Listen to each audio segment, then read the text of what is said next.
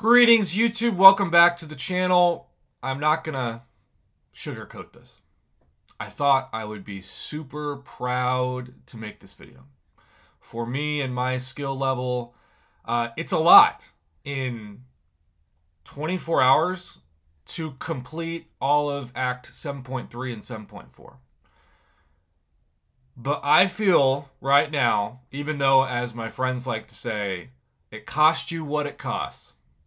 And in certain ways, it cost me a lot less than what I thought it would. I mean, I still look at my inventory and I have a ton of energy refills and boosts and potions especially. But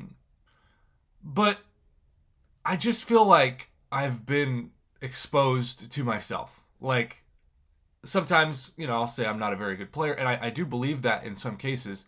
But I've never felt like a dumber player and a worse player than the final 7.4 Kang fight. It exposed me for what I like to do, which is to parry heavy or hold, block, and have them bait their heavy and then counter. And I'm not saying that can't work sometimes, but the timing, and I know people have talked about how it's like the Storm P90X Special 1 timing for the final Kang boss, and that is true. But it's also so unnatural to dash back immediately after you've dashed forward. Like, it reminds me of inverse controls almost, which, even though I eventually got that inverse controls Thanos down back when he was the final uncollected boss, was that during Infinity War that he was, I think? Even though that happened, I just remember feeling like I was exposed then. But there's so many good guides out there to show the timing. All of you amazing players make this look so easy, but then when I try, I feel like I'm looking like I've never played before, And shout out to so many people, from Mr. Suave to KT1, to Cole Lives Matter, to Jordan Ison. So many people gave me encouragement. Fujitac. I hit a wall late last night or early this morning where I just felt like a failure. But I suppose this is also why I save up so many units, because even though you are a failure in your brain, like I am, you eventually can push through it with enough units. I also just have to say that Kabam did do us a huge favor in this fight that I would never have succeeded otherwise. And that's to have the charges carry over from death to death. Because if that didn't happen and it reset at 0, well, this video probably wouldn't exist. With that being said, I do have the ability to potentially awaken somebody great, because the rewards are so solid for Act 7 completion. I can awaken Kitty Pryde today.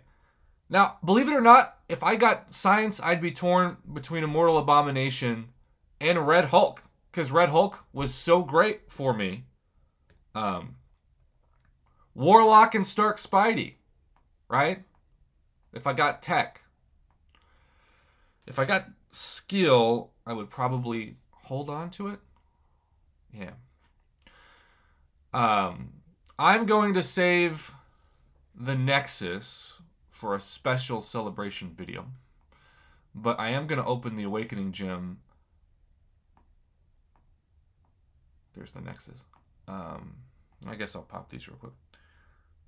By the way, if I do get Science, I'll be looking for 6 stones. And hey, I got 6 stones. Okay.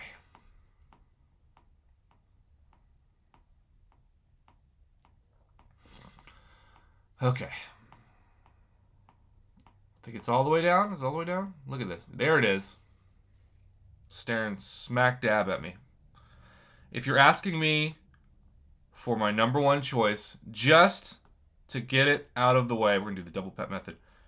It's going to be yellow/mutant. It's going to be for Kitty Pryde.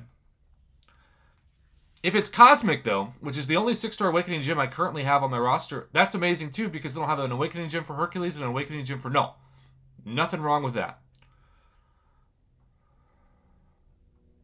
Okay.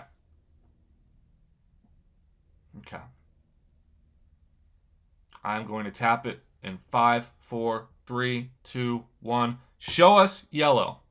Come back yellow. Come back yellow. Come back yellow. Come back yellow. Come back yellow. Stay yellow. Got yellow. We got it. Oh my gosh. I swear this is not pre-recorded and I'm talking over a video that I already knew the... Ah! It was all worth it. It was all worth it. Kang exposed me for the fraud player that I am. But it doesn't matter because I can awaken Kitty Pryde.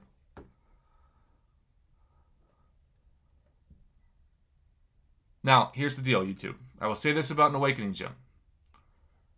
Wait to open your 6-star crystals and then use it. But, in theory, oh my gosh, I'm so happy.